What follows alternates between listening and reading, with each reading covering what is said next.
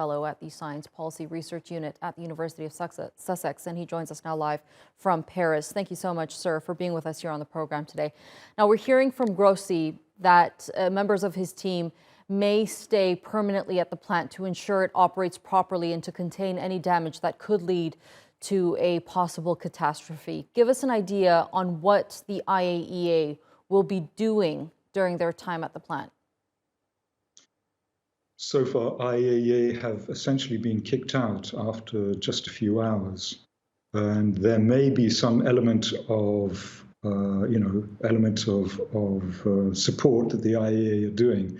But essentially, what you've got here is the largest nuclear plant in Europe under military attack. Now, whether that's through false flag operations by the Russians or otherwise, it's difficult to know. Certainly, we do know that Russia is shelling the nearby towns from the Zaporizhzhia and is locating nuclear armaments, not nuclear armaments, military armaments there. So in terms of what the IAEA can do at the moment, it's actually not very much. So what threat does that impose? I mean, if something really went wrong, how wide scale would the damage be?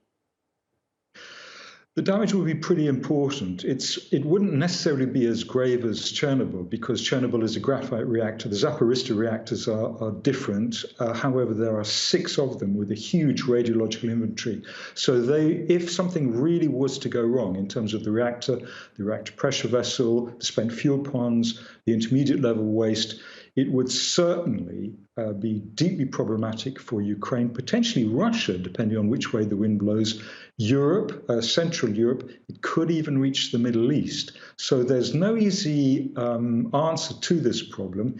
It's just what happens when civil nuclear gets weaponized. And in an increasingly unstable world, all that implies.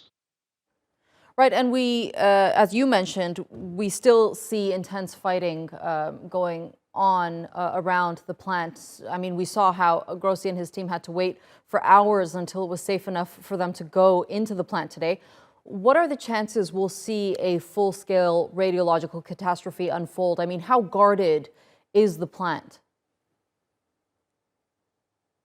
There's no nuclear plant in the world that can withstand a military attack. It's simply not possible.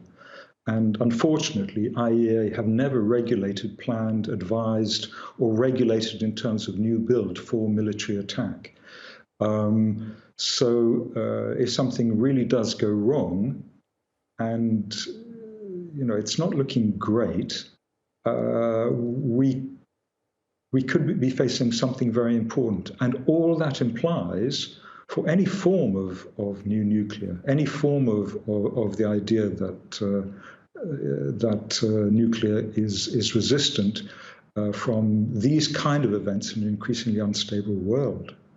We're also seeing some governments of neighboring countries like Romania, for example, they've started to give out iodine pills to its citizens. Do you think that it's necessary for them to take these preventative measures, given what we saw happen in Chernobyl? It's absolutely critical. It's absolutely essential. The one difference between Chernobyl and Fukushima is that the Japanese distributed stable potassium iodide tablets very, very quickly, which inhibits cesium-137 internalization by humans. So it is absolutely critical. I can't emphasize this enough. It is absolutely critical for Ukrainian, potentially Russian, and Central European countries to distribute these tablets and to think very seriously about why, if they don't, why they don't. All right, Paul Dorfman, thank you so much for joining us here on the NewsHour. It was a pleasure speaking to you.